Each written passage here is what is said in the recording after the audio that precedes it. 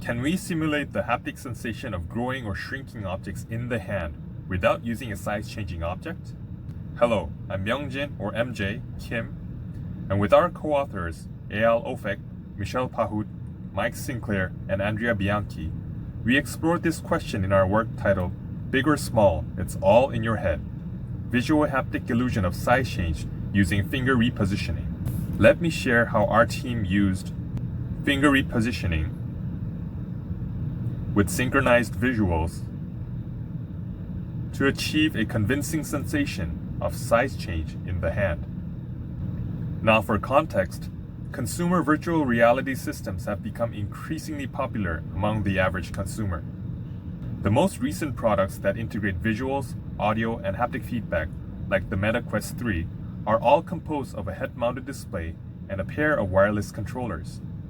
However, the controllers responsible for haptic feedback in VR are only equipped with vibration motors that are limited in expressing the shapes and sizes of the variety of virtual objects you may encounter in VR. To render the different sizes and shapes of virtual objects, prior works have developed shape-changing haptic interfaces as haptic proxies that the user can grab in place of virtual objects. For example, the authors of Poo-Pop have investigated using inflatable airbags of different shapes as physical haptic proxies for different virtual objects.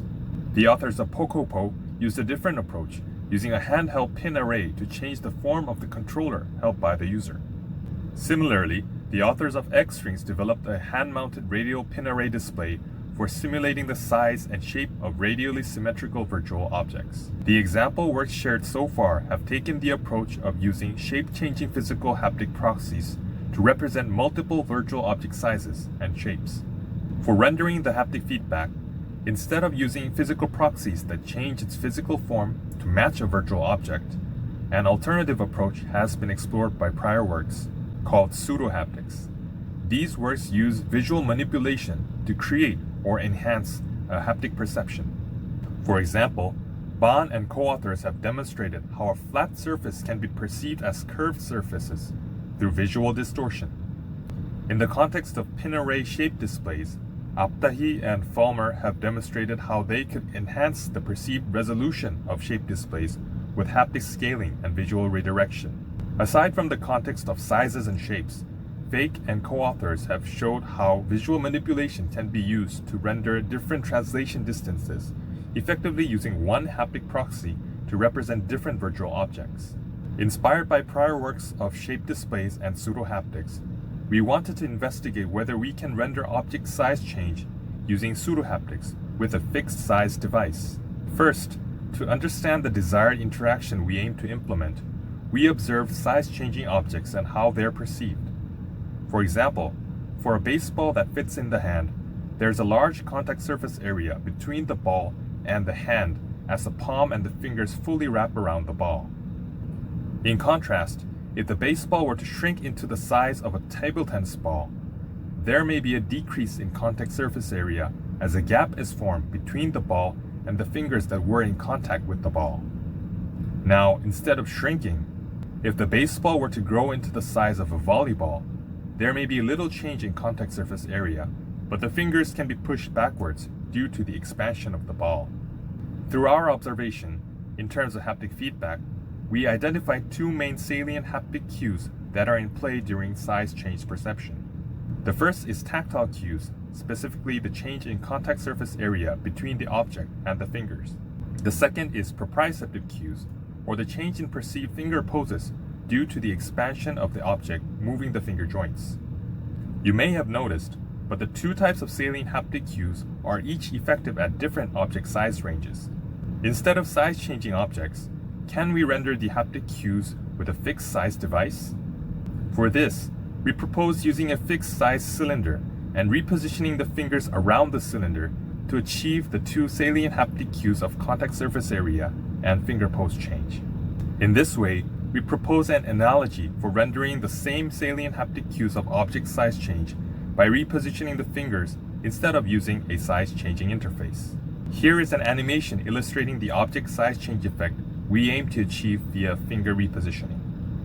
Notice that the contact surface area is prominently changed for sizes smaller than the hand, and the fingers are pushed back for sizes larger than the hand. We constructed a fixed-size finger repositioning device composed of 4 actuators, each driving one of the 4 stacked rings that rotate around a common central axis. As each ring rotates, it repositions the finger around the device.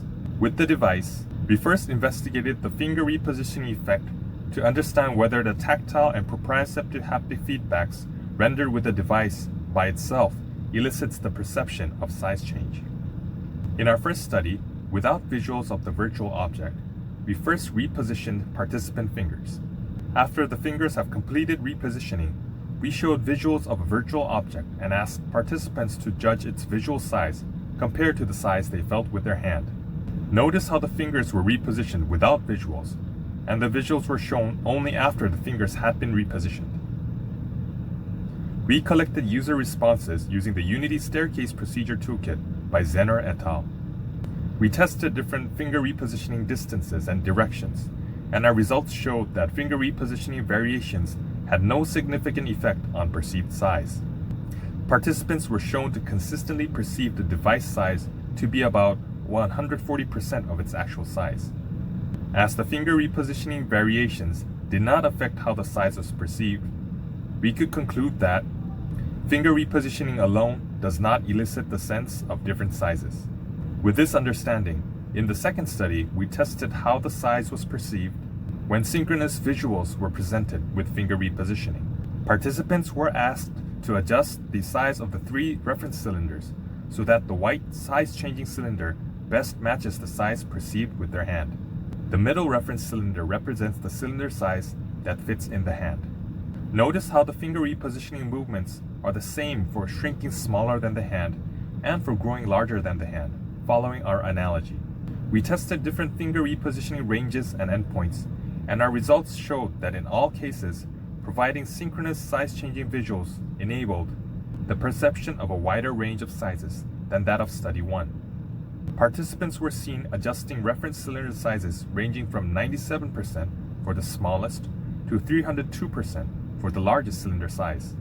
As finger repositioning with accompanying visuals enabled the perception of a relatively wider range of sizes than that of Study 1, we could conclude that finger repositioning can elicit the sense of size change when simultaneous visual cues are provided.